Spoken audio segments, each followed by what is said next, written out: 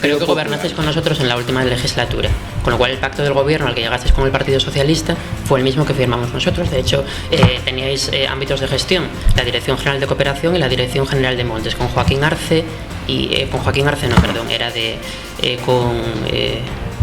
Rafael Palacios. Rafa Palacios. Bueno, yo creo que ese acuerdo de gobierno lo firmamos 3 fuerzas, con el Partido Socialista 4, que éramos los Verdes, éramos Bloque por Asturias de aquella.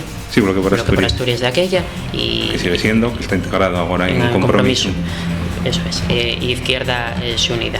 Bueno, aquella experiencia de gobierno en la que igual participaban 4 fuerzas, lo mismo que ahora parece que achacáis a Izquierda Unida, podemos achacarlo al Bloque por Asturias. No, porque yo no te estoy achacando ninguna práctica de gobierno concreta, yo te estoy achacando la argumentación que acabes de hacer, no te estoy diciendo gobierno, sino... Lo que intentaba explicar es que cuando llegas a un pacto de gobierno con un partido y tú estás en minoría, y de hecho vosotros ahí tenéis experiencia, no solo en el gobierno asturiano, sino en Lena, en la anterior legislatura, por ejemplo. En esta estamos también. En Carreño. Y yo creo que estabais en algún municipio más fruto del acuerdo de gobierno con nosotros y con los Verdes.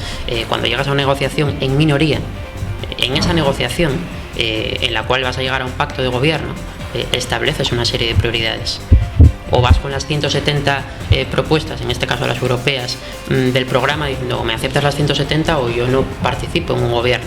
Mira, menos mal que lo dices tú, menos mal que dices que es prioritario para Izquierda Unida precisamente los parados, que la xente mozo no tenga que emigrar, los desahucios, que la xente tenga derecho a la vivienda, porque nos gobiernos que vienen participando Izquierda Unida en Asturias a lo largo de las últimas legislatures, esas cifras a las que hacía referencia antes de más de 100.000 parados, miles de asturianos obligados a emigrar, precisamente se dan con un gobierno de Izquierda Unida.